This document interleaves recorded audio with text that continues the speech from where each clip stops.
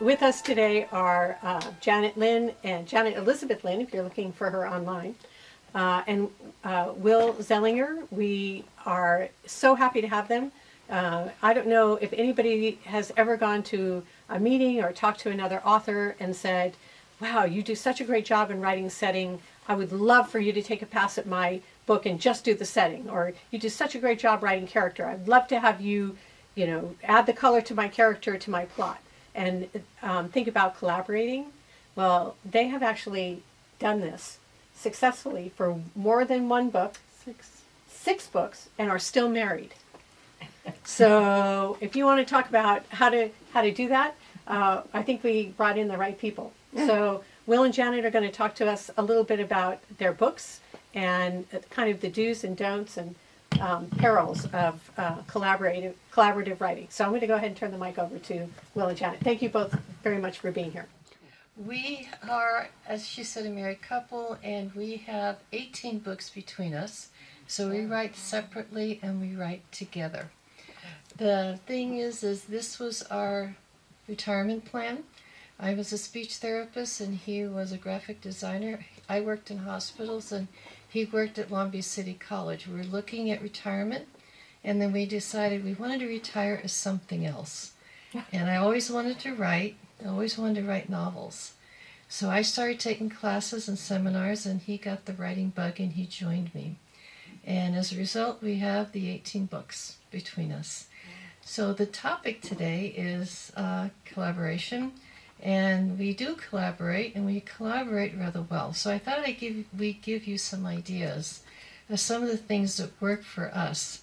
I do have to say we've met a lot of married couples who start writing, and either the book stops or the marriage stops. But we have met a few people who are friends and collaborate, or mother and daughter and collaborate, and it works out very well.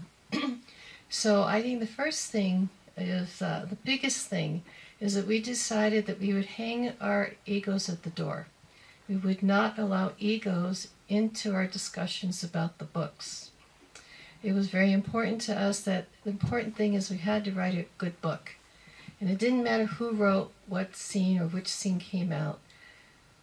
Our darlings. Some of them, blood, sweat, and tears and had to come out. But the idea is to have a good book. So you notice how we're collaborating. Yeah. No, the truth of the matter is that we both come from a background where we had team settings. Janet working in the hospitals as a speech therapist, me working in advertising and design departments. You had a team approach, so we got used to working with other people. Everyone thinks that writing is such a solitary endeavor, and maybe partially, but you can't do it all yourself. And having someone to help bounce ideas off of, and plot twists and character descriptions, we go through all those things before a pencil ever touches paper. Good. Okay, so the way we work it is we talk about the plot. We don't start till we have a plot and at least a good list of characters and an in-depth study of what the characters we're using. Now, I'm a definite plotter. I have to outline everything, and I have to have a real good idea what the character's like, even down to their shoe size or their astrological size. So I have to know everything about their character. He is a pantster. He just sits down and writes these beautiful scenes. I write myself into the corner sometimes. Yeah, and I have to get him out of it.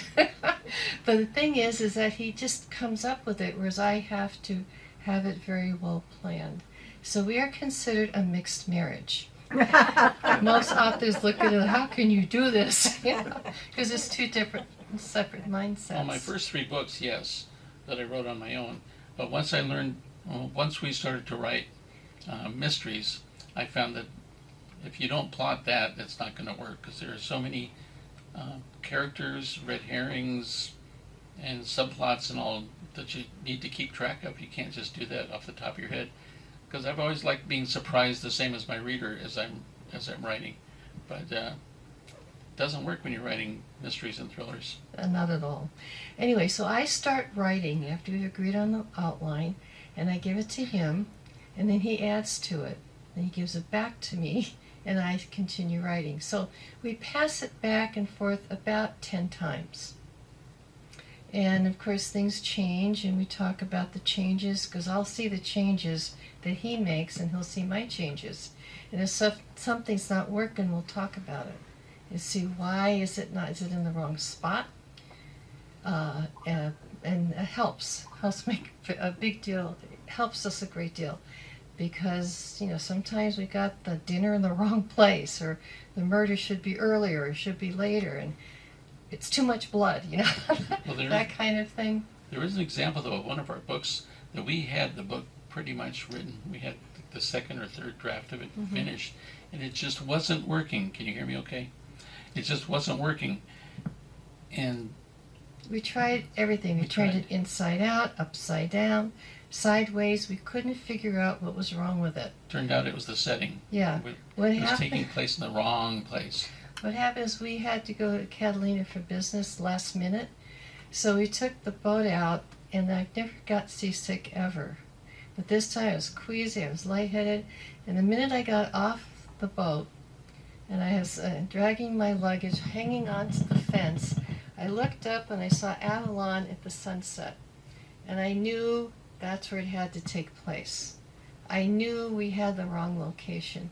So I didn't say anything for a day and a half, and I couldn't sleep. All these scenes were coming to me, all the changes.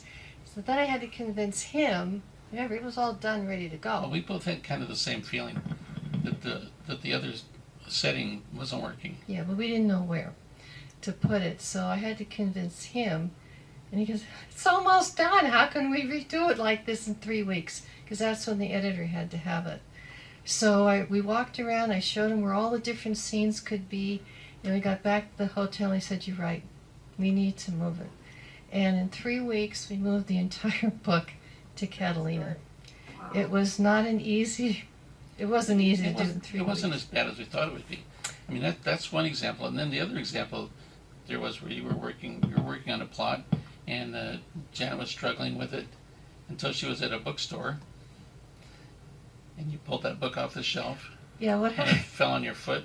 Yeah, those plastic big containers of tomato juice. Well, I had it with this book. I'd worked all week, couldn't get it right. I picked it up and it fell on my toe.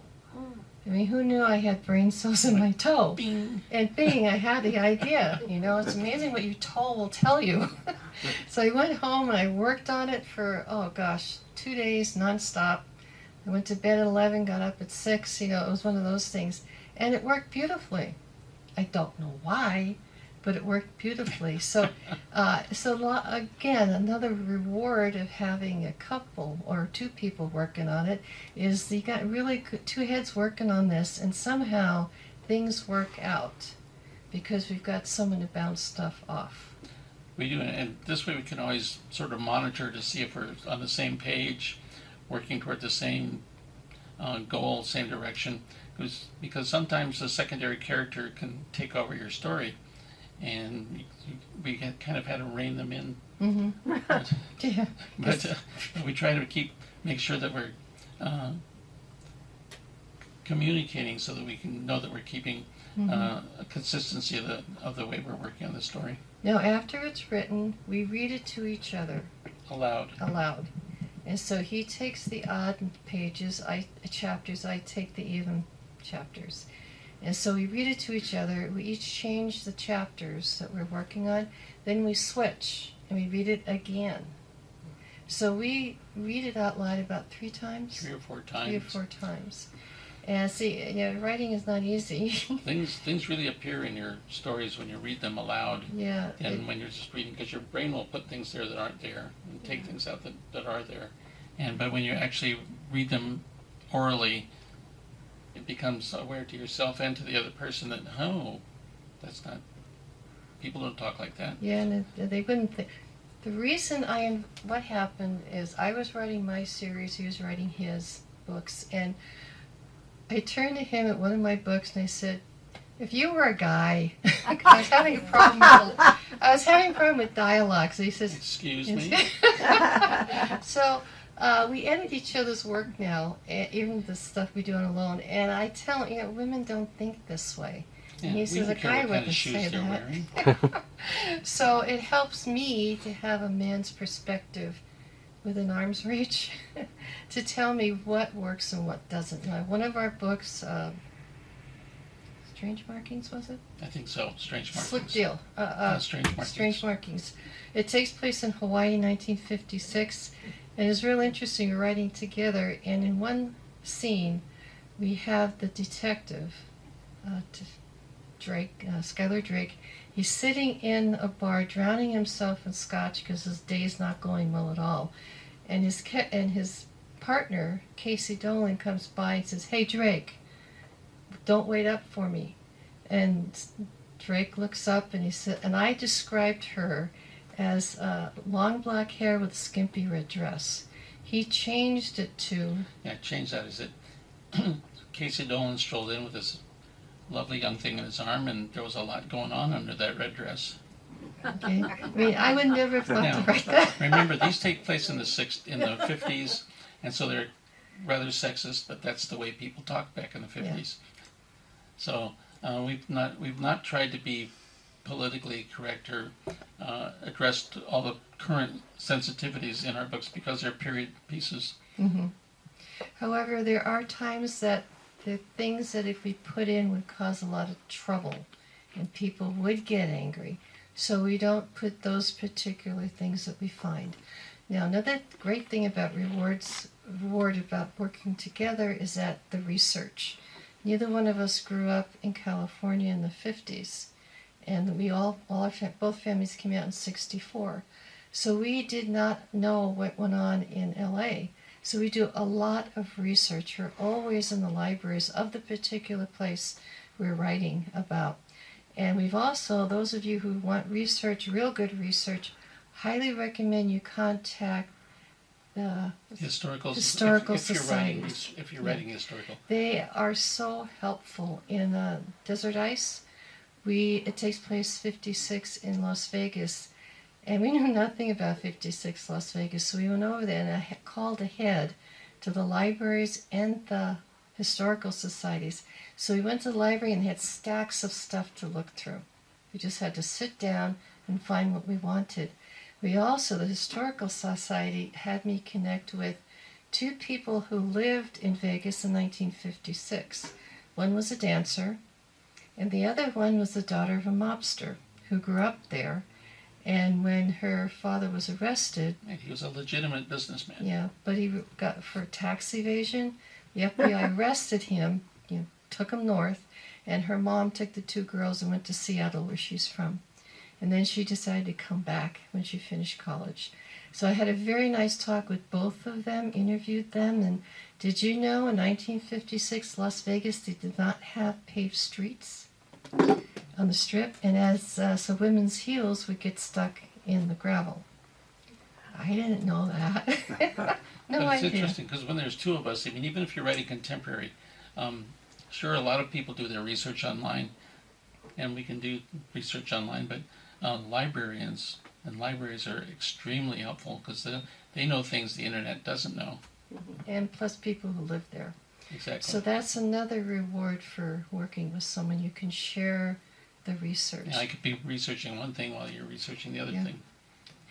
Now, the challenges of collaborating. It's a time issue that when he has the manuscript and he's working on it, he gets to it when he can. And when I have it, I get to it when I can. So the other one is always, waiting and waiting, so that is a problem. But every so often life gets in the way, and you have to continue forward. So that takes a lot of time.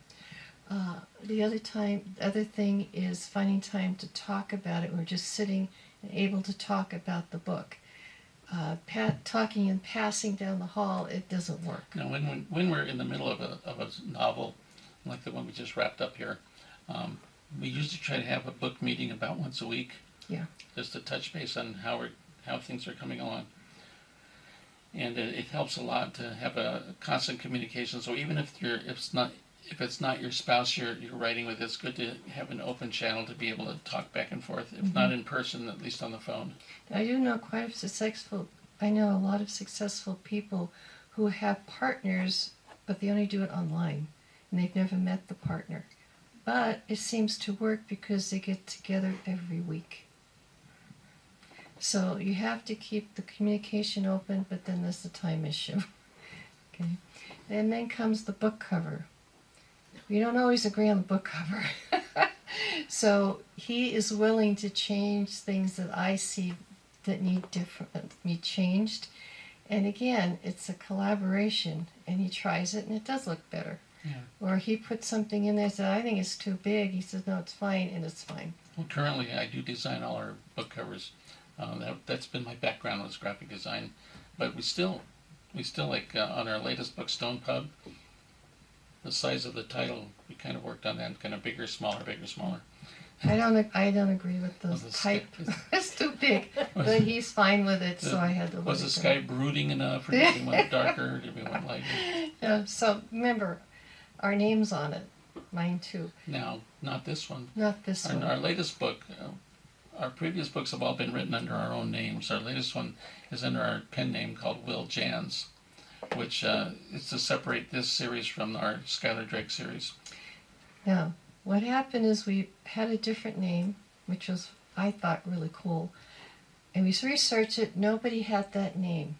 So we put it on everything, and we found in 2 months, 2 people came up with the same name. Well, we discovered they were using that name. We'd already had 10 copies printed. Yeah, I already had 10 copies printed. So it was on all the pages. And every time you clicked on it, it went to their website, not ours. So in 1 hour, we had to come up with another name. And every time you came up with something, someone else had it. This is the only thing. So we were able to combine our names with that. Well, that's also when we were working on our previous books.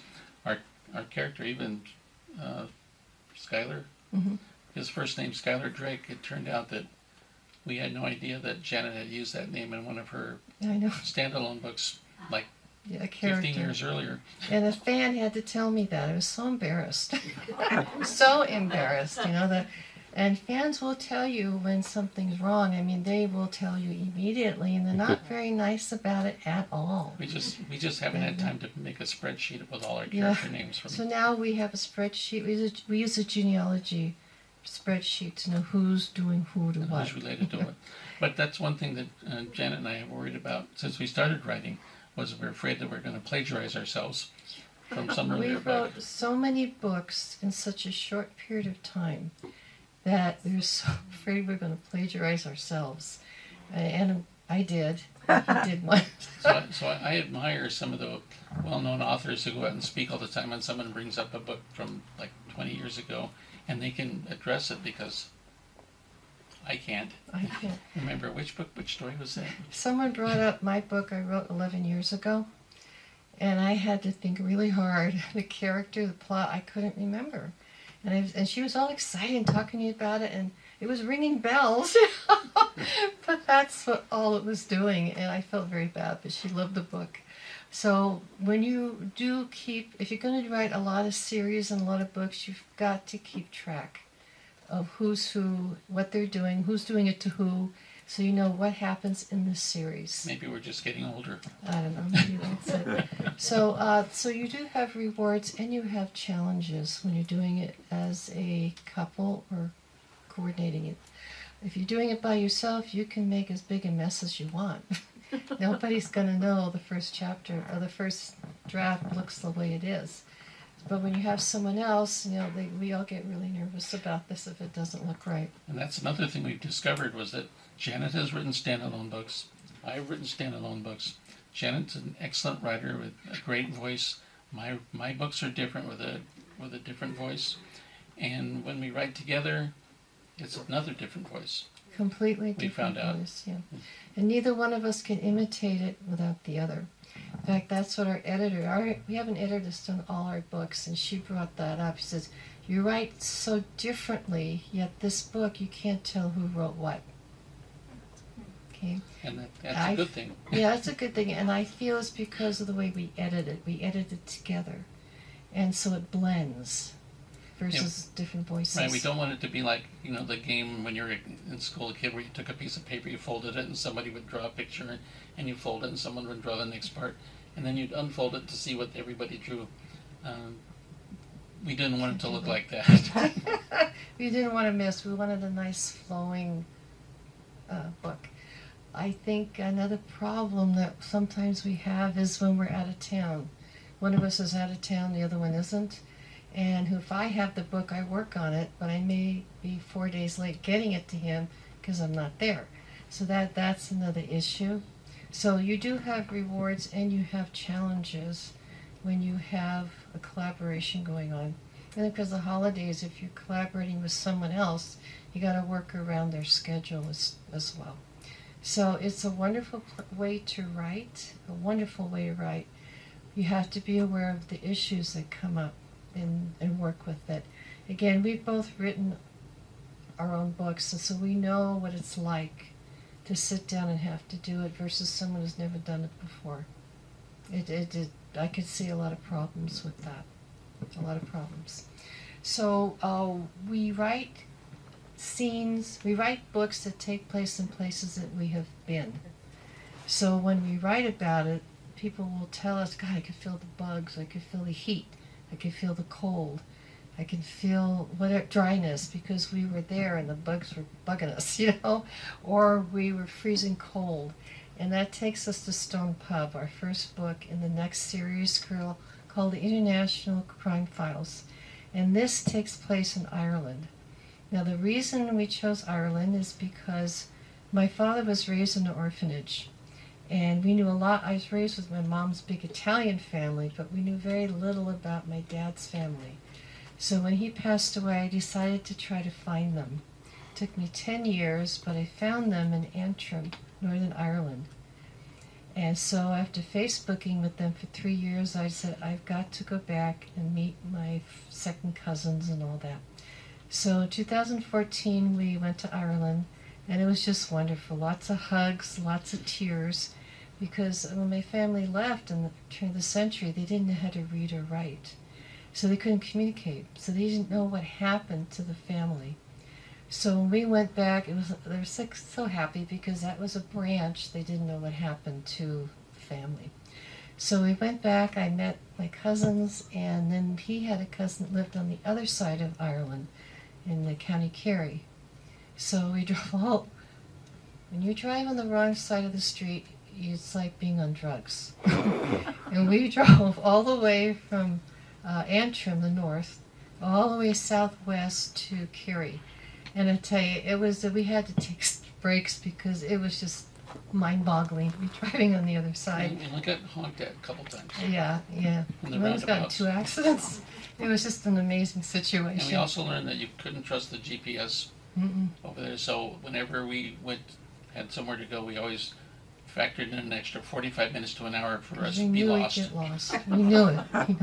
Now the other thing is, in the United States, when there's a streets, they have a lot of roundabouts, lots of them, and they put the sign of the street after the street. Versus here, we do it before. So with an arrow, so we always get in the wrong street. We had to go back, and so that's why, we left an hour early. We had a place we had to be. So while we were there, I thought this would be a great place to do a murder mystery.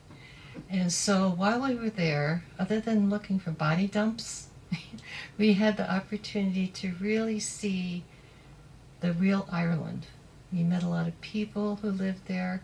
I had no idea that Johnny Cash was so loved over there. Everything is Johnny Cash. There's Johnny Cash. And Garth Brooks. And Garth Brooks. He was oh my goodness. Yeah, that was such a big surprise. I mean, we couldn't believe we it. stopped in a couple of little towns, so we went to walk in the little pub and hear some good rousing Irish, like the Irish Rovers music, and they've got Garth Brooks on I know. the band's playing Johnny Cash tunes, and a lot of my cousins couldn't wait to see Garth Brooks. I mean, they spent a lot of money to see him. I'm trying to figure, Garth Brooks? Johnny Cash. I mean, it's a real big thing over there. At least that was in 2014. So this is the result of doing some genealogy work to find her cousins, and um, and I found out through, and we had our DNA done just for fun, and never knew that I had Irish in me. Had no idea. My father's side's German Austrian. My mother's from the Philippines, but turned out I've got Irish in me too, and I never wore green before on St. Patrick's Day in my life. He's also part Scandinavian. Now, does he look Scandinavian? Anyway, so while we were out there, we saw the great Irish West Coast and East Coast, and they're vastly different. So our book takes place in Ireland, but it's the real Ireland. The real Ireland, not the St. Patrick plastic stuff. So I'm going to have, since it comes out of a guy's head, I'm going to have him read to you. Oh, okay.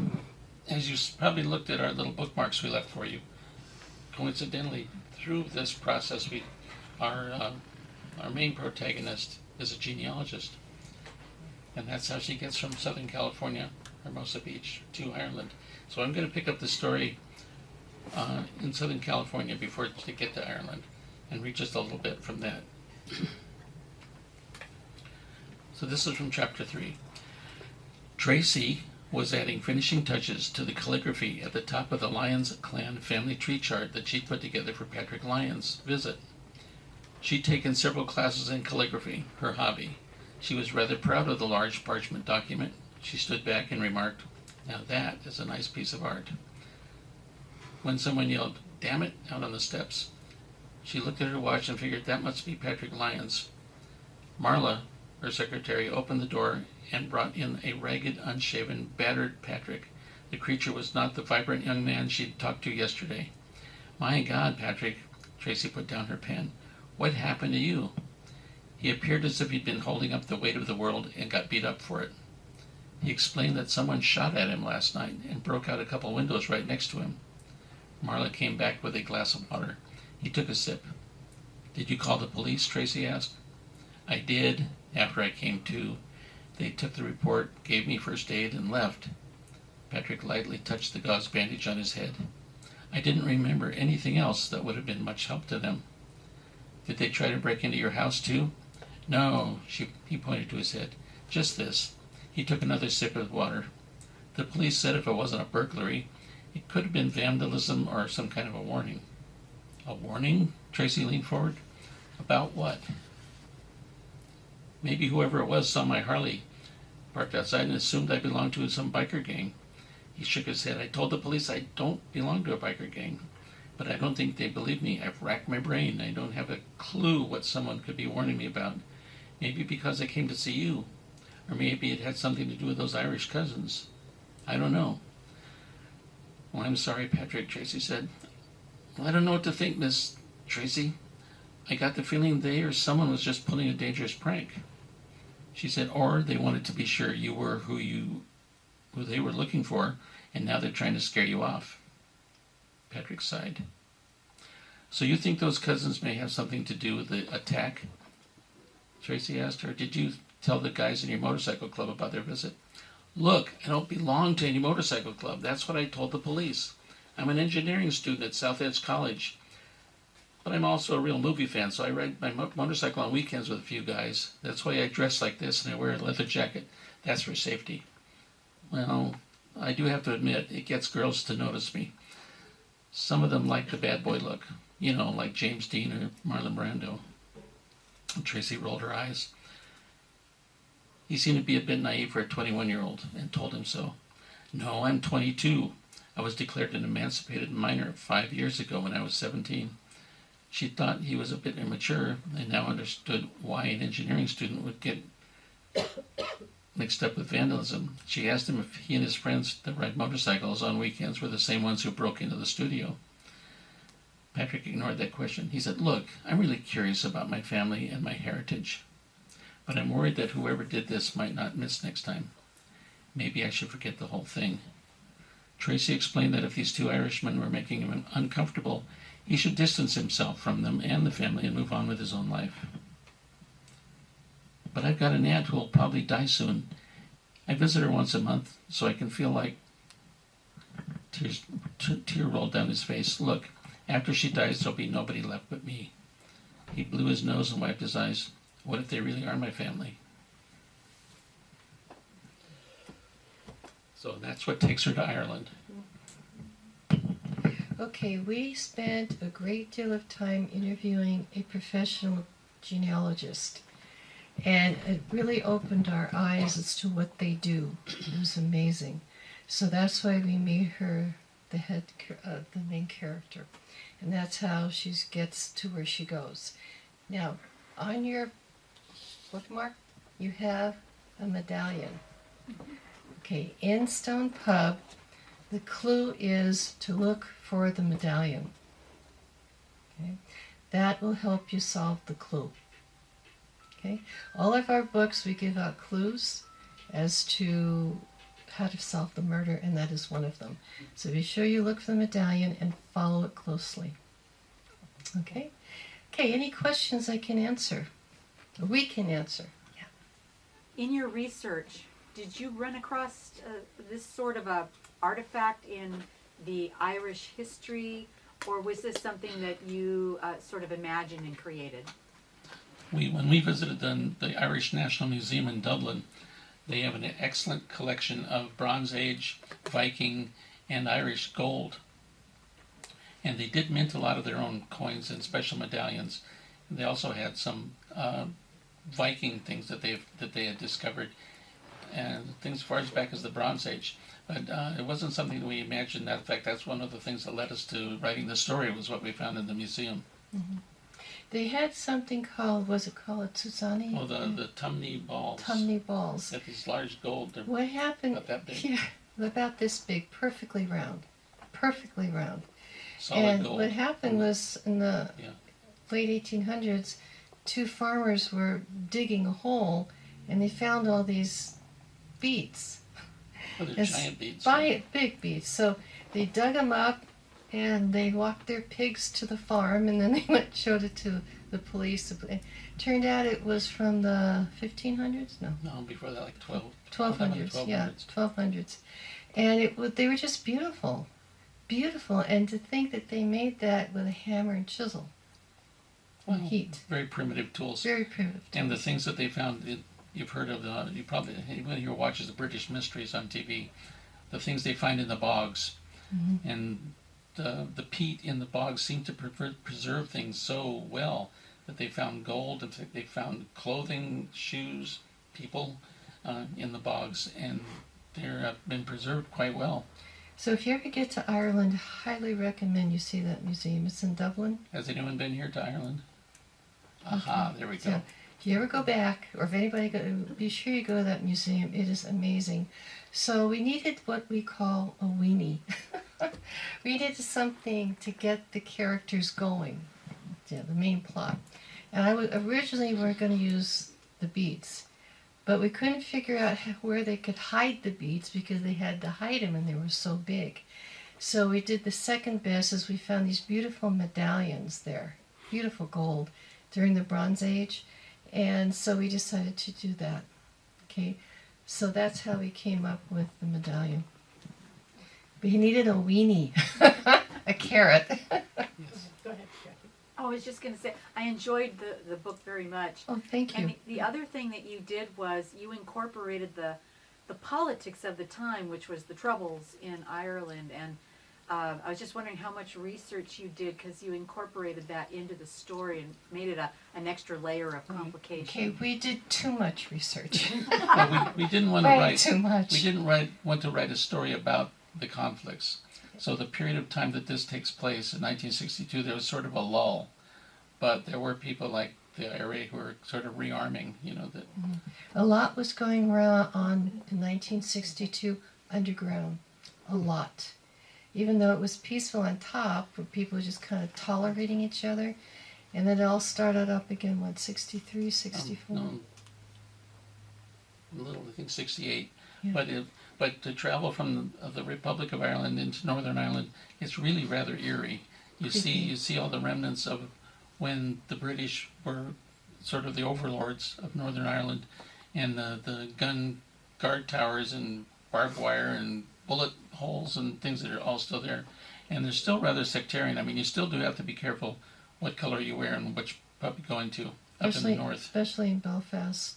Now the outer lying areas they don't care, but in Belfast we drove through, but we were afraid to get out of the car because I was wearing green. Well, there's just certain parts of town. Yeah, certain parts of town. So and we didn't know which parts, so we just drove through. But my family's from Antrim, and what happened is I got to find out where my family really is from.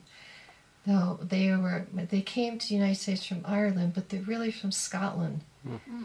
And what happened was the Lynn clan, they were all brawn and no brains. And so what happened is they would be like militants.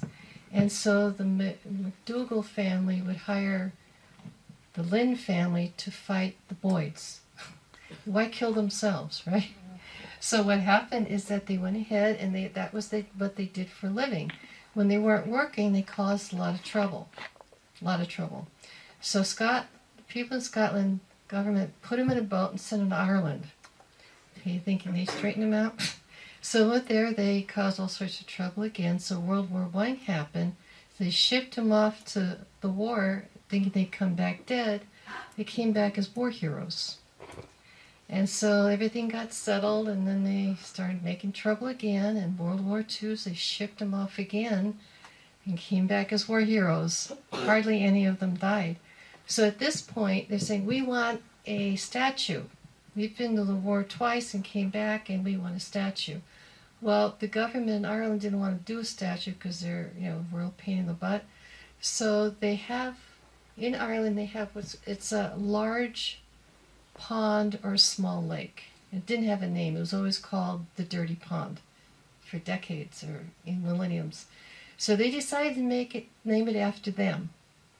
And they were happy with that. So when you look at a map, you'll see something that says Loch Lynn. Okay, and that was named, it means Lake Lynn. You have to search hard for it. But you got to search hard for it. But it's there. In a map, it's real small, but it is there. Yes. So you come from a long line of fighters, Janet? So, not in the U.S. Not in the U.S. Yeah, well, that's genetic.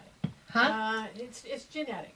So I'm curious if, from your perspectives, what questions, if you're not a married couple and you're considering collaborating with, or possibly collaborating with someone, what kinds of questions do you think you would ask them ahead of time to decide if this kind of collaboration would work?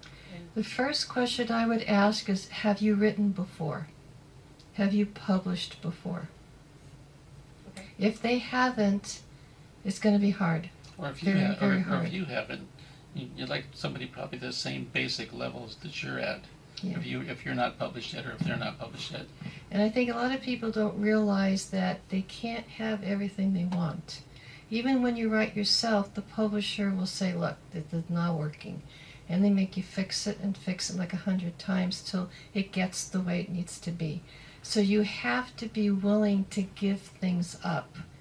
Characters, scenes, whatever it is. And everyone who writes, you have to give things up.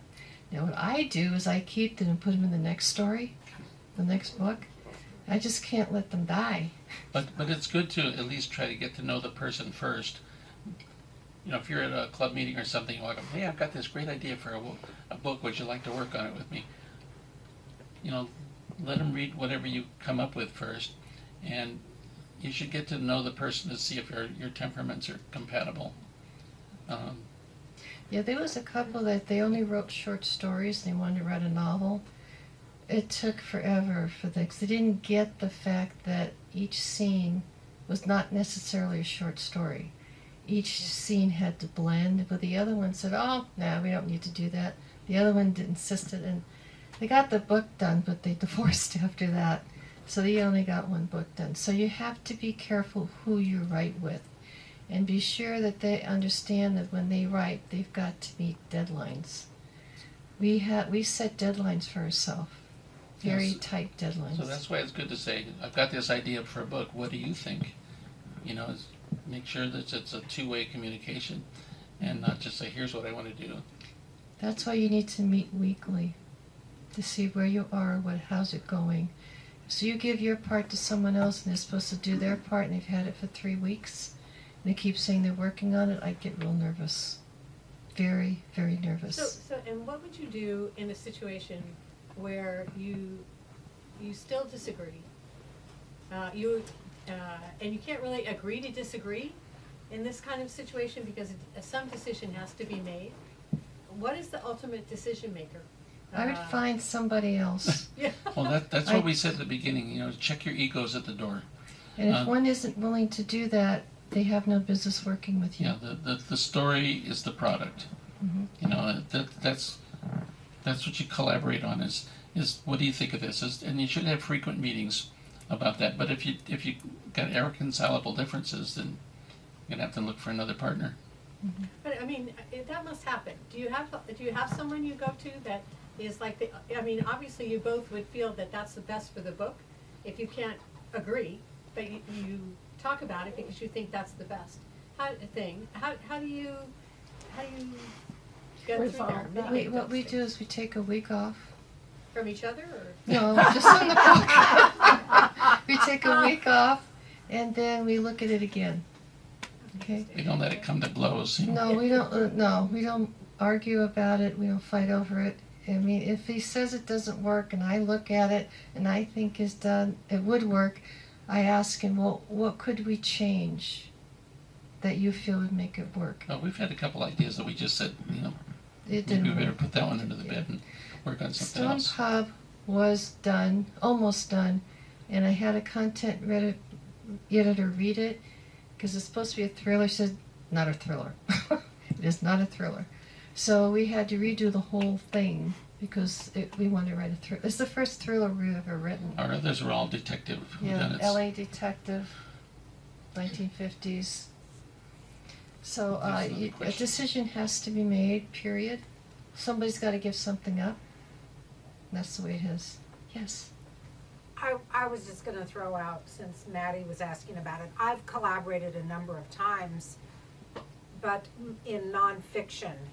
And at those times, because you must work together and you have a contract, and certain things were agreed on, but obviously as you're working away, you make discoveries, maybe, things happen in life, so there's disagreements. But you have to get together, you have to work with your partner. You have to be able to have lunch with them or coffee or whatever, or phone call. The agents battled it out. So that's who we went to. We were told, you're not gonna fight. We understand the disagreements. Your two agents will have a discussion and then tell you what's gonna happen. And those were the people that interceded. That's a great thing. Great. Now, we are 100% independently published. So we don't have agents. We are our own agent. And, the other thing is we let each other do what we're good at. Okay? I'm real good at the fight scenes and the blood and guts stuff. I'm real good at the police car chases. So he lets me do that. He's real good at, I write scenes and he puts the transitions I in. massage them. And he massages it. And he can write the most beautiful romantic scenes. He just sits down and out they come. Now, I write romantic scenes and I do a good job, but it takes blood. So I'd rather he do it than me. Of course, I edit the stuff when it's my turn, but we let each other do what we do best. Yeah. Now, as you were saying, though, I mean, if it requires a contract for the two collaborating authors to work together, personally, I'm not sure we would think that would work because you need to have some trust when you're writing fiction, and if you have to have a contract at the beginning, like a prenup or something, it may not be. Get an author nup. Yeah, it may not work that well. Yeah, so you gotta be on the same wavelength. I'm not saying we don't disagree, but we don't. Again, our egos are waiting outside. We don't allow it to get involved, and that was happened in the first book. We realized this wasn't going to work and put the egos outside. And who knows? Halfway through the book, you both might decide to change direction too. That might happen. So it's always good to check with your other writer to see if if they want to change direction with you. Yes. So, I was wondering, this took place overseas in Ireland, and some of your characters talk with an accent in the dialogue. So I was wondering how you developed that and collaborated in developing which characters would speak and how often you would have that accent, come up into the dialogue. Could you hear the question back there? Okay, we have Irish accents in here, so the Irish people have an accent, the Americans don't. And we also have a Scottish woman in here who has another different accent. And a French woman. And a French, So we yeah, try, we try not to make them too cumbersome, just enough to help identify who's speaking. So, for instance, when we were over there, those who lived and worked on the west coast of Ireland were really hard to understand. They were speaking English, but their accents were so heavy. And there were a lot of Scottish people there which we could not understand at all. Well, some of the Northern Yeah. Irish as well. You know, so we had the different dialects around Ireland, plus Scottish, that would, half the time we had no idea what people were saying. Not a clue. Like when we went overseas, people were saying, "Oh, Ireland, well that's cool because they speak English." And we thought, This is different English. sort of. American though. Yeah, it's, No. They don't speak American English, not even close. So what I did is I picked one thing of the four languages I was using, accents, so they just had the one thing. So in other words, in French, when you speak French, you do not pronounce the S as we do. It comes out as a Z, like this for this. So that's how we did the French. That's how I did that. In Ireland, they put R's. The R's at the end of the word are softer, so I didn't put them in. Like there was the, okay, with a different letter. And then the Scottish. Well, there were some words. I couldn't figure out what to do with the Irish when it was so bad for me to understand. So I had her go to school at UCI. So when she No, when she UCLA. spoke English, it UCLA. sounded pretty good. UCLA. I mean, this took a week for me to figure this one out, and there's no way I was going to have a Scottish accent and you understand it. And trying to spell it out, it looked ridiculous. So so I changed the character to, so she lived here, lightened up the accent. But some of the Scottish, some of the Irish words, even Google Translate doesn't give you an audio version of what they say. And so we had to write a couple letters and make a couple calls to say, how does that sound? Because it was very difficult. Now, the next book that we haven't started yet to the series takes place in Istanbul, 1962. It goes there, yeah. It goes there. Now, I haven't been there, but he lived there during this time, 62. So we're going to be relying a lot on his memories.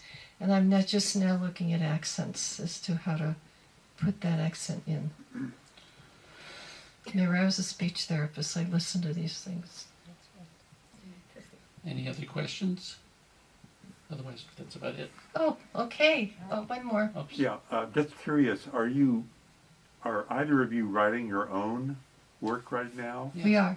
We are. At the end, every time we finish a book, we take 2 months off. We write something else. So I've written another book. I'm almost done with it, and I really like it. I'm in a critique group. They love it. So that'll be published sometime next year. Yes, we try to take a break between books to let the little gray cells cool off. Tell them what you're writing. No, I'm working on a book that I wouldn't really call it a young adult book, but sort of a coming-of-age story about a young boy in southern Turkey during the Cold War, and having lived over there during that time. But this new book that goes over there, it's in a whole different part of the country, and it's a whole different plot. So. It's called The Jeweled Mosque. And it has nothing to do with his story. So it was really nice. The book I wrote, it's called Break a Leg. And I think I'll change the name of it. Anyway, I don't know, most people don't like it. But what it does is it's a cozy. I've written 2 cozies, and this is another one. It was really hard for me not to kill anybody. It was really hard for me to do that. I must say that September we went to BoucherCon, which is a convention for mystery writers, and we learned how to launder money. So it's going to be in the next book. Okay, thank you, Will and Janet.